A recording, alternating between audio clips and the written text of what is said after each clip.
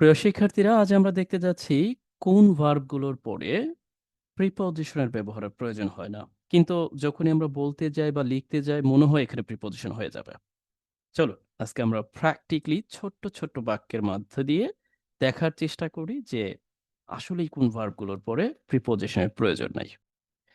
লক্ষ্য করে এই বাক্যটায় যদি দেখি যে আমি সামাজিক অধপতন নিয়ে আলোচনা করব।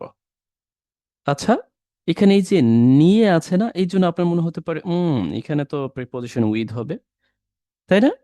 আপনার কাছে মনে হতে পারে যে এরকম যে I I will discuss present future simple tense, যে আই উইল ডিসকাস এরপরে কি সামাজিক অধপতন। আচ্ছা, আপনি মনে হতে পারে ও আই উইল ডিসকাস অন, এরকম মনে হতে পারে, বাট এখানে হবে না। কেন হবে না সেটার যুক্তিকতা একটু পরে দিচ্ছে। আই উইল ডিসকাস আমরা লিখে দিচ্ছি সোশ্যাল ডেগ্রেডেশন বলতে পারি, ডেগ্রেডেশন, ওর আমরা আরো যা আছে, আচ্ছা সোশ্যাল ডেগ্রেডেশন নিয়ে আলোচনা করব। এরপরের বাক্যটা দেখেন যে আমরা শীঘ্রই তোমার সাথে দেখা করব। এই যে সাথে বা সঙ্গে, এটার জন্য মনে হতে পারে ও হ্যাঁ, এইখানেও তো প্রিপজিশনের প্রয়োজন আছে, বাট এখানেও দরকার নেই। চলুন আমরা একটু দেখি যে we will meet you soon, খুব শীঘ্রই আপনার সাথে দেখা করব। মনে হতে পারে যে বাক্যগুলো তো খুব সহজ, বাট কেন এখানে প্রিপজিশন হচ্ছে না সেটা একটু আলোচনা করতে পারি। দেখুন, আমি এখানে যেই বাক্যগুলো রেখেছি প্রত্যেকটা বাক্যে আমরা যে মেইন ভার্বটি ব্যবহার করব সেই ভার্বগুলোকে গ্রামারের ভাষায় বলা হয় ট্রান্সিটিভ ভার্ব।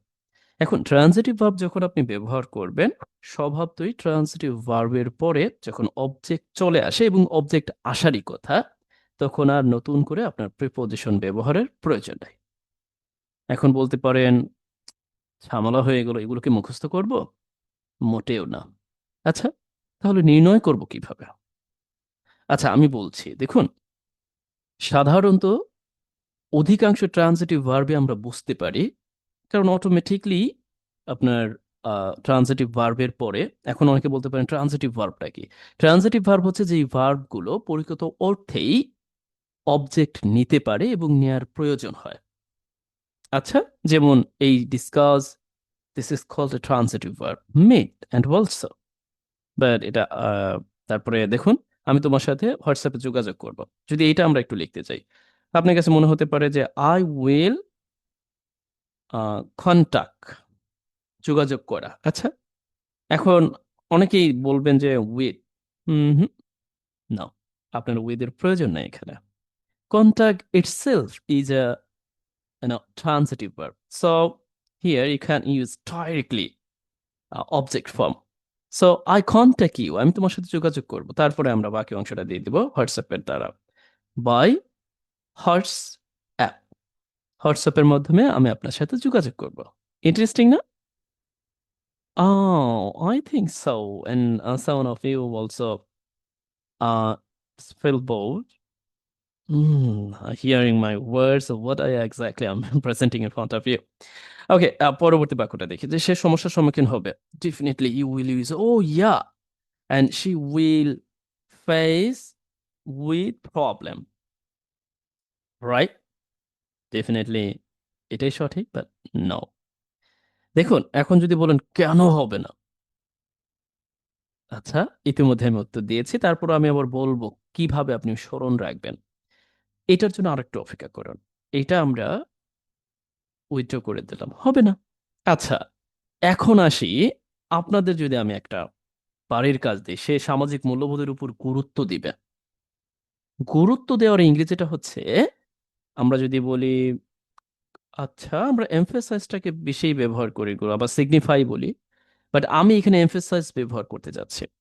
সিগনিফাই ব্যবহার করতে পারবেন, no problem here you see emphasise. আপনার কাজ হচ্ছে এখানে আপনি এই উপর অর্থ প্রকাশে আবারও কি প্রিপোজিশন অন ব্যবহার করে ফেলবেন? মোটেও না, অন ব্যবহার করতে হবে না, এটা কিন্তু আপনার জন্য কাজ আমি রেখে দিলাম, যে সে সামাজিক মূল্যবোধের উপর গুরুত্ব দিবে। আচ্ছা, এখন আসুন আমরা এটা দেখি, আগামীকাল আমরা আমাদের লক্ষ্য অর্জন করব, বা আমরা বলতে পারি যে পৌঁছাবো, সবগুলোই কিন্তু ফিউচার সিম্পলে লেখা। সমস্যা নেই, আপনি যে কোনো টেন্সে লেখুন না কেন, প্রিপজিশন হবে না, এটা জাস্ট আমরা একটু মাথায় রাখবো। আবার হবে, সেটা কখন হবে সেটাও আমি ভিডিও শেষের দিকে বলে দিব, কিভাবে মনে রাখবেন সেটাও বলে দিব। আগামীকাল আমি আমার লক্ষ্য অর্জন করব বা লক্ষ্যে পৌঁছাবো, তাহলে আমরা লিখতে পারি যে টুমরো, টু টুমরো হোয়াট, যে আমি পৌঁছাবো, আই উইল রিচ। দেখুন এখন আর এখানে ইয়ার দরকার নেই, আই রিচ মাই গোল, মানে আমার যে লক্ষ্য আছে সেই লক্ষ্যে আমি পৌঁছাতে পারবো। আচ্ছা, বুঝতে পারছেন তো? শীঘ্রই আমি তোমার কথা শুনবো। শোন, আমরা অনেকভাবে বলতে পারি, সোন, ভেরি সোন, ওর আচ্ছা, I will hear you, hear you words, তোমার কথা শুনবো, বা হিয়ার ইউ, তোমাকে শুনবো, তোমাকে জানবো।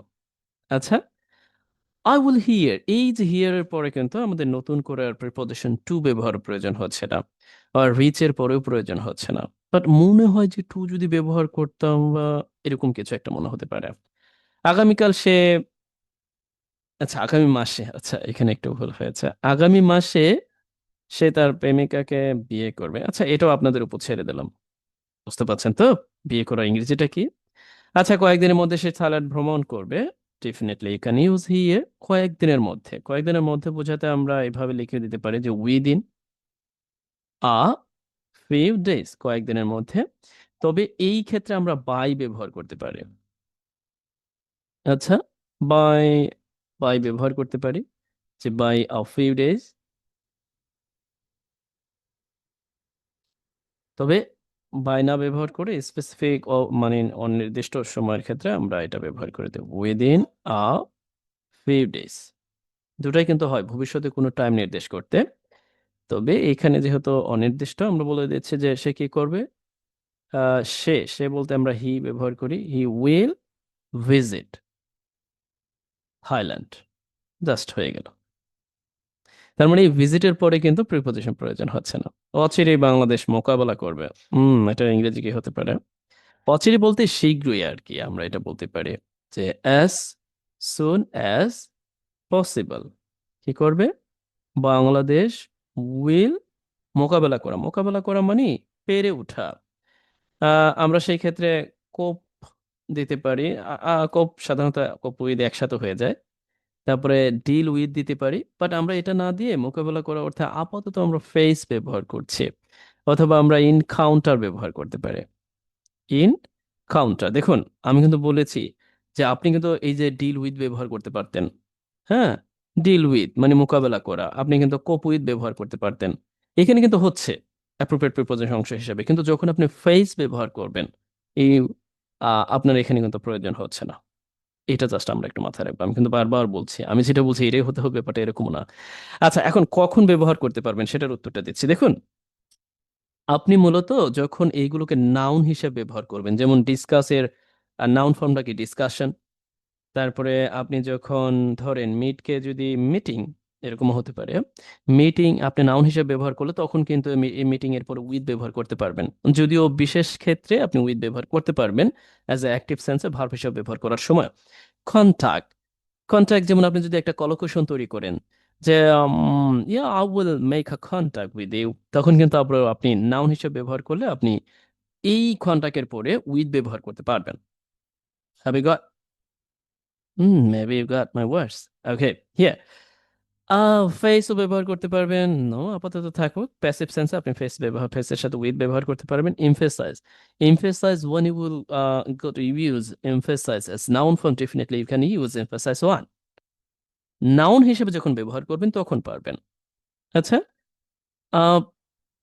দ্য সেম অ্যাজ, হিয়ার দরকার নেই, এটা তো আর আমাদের, আচ্ছা হিয়ারিং, তখন আপনি আবার প্রিপজিশন ব্যবহার করতে পারবেন, এই তো।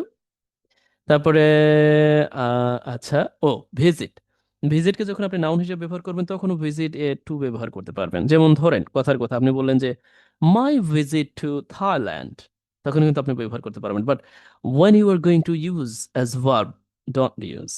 Okay, I think so you have got.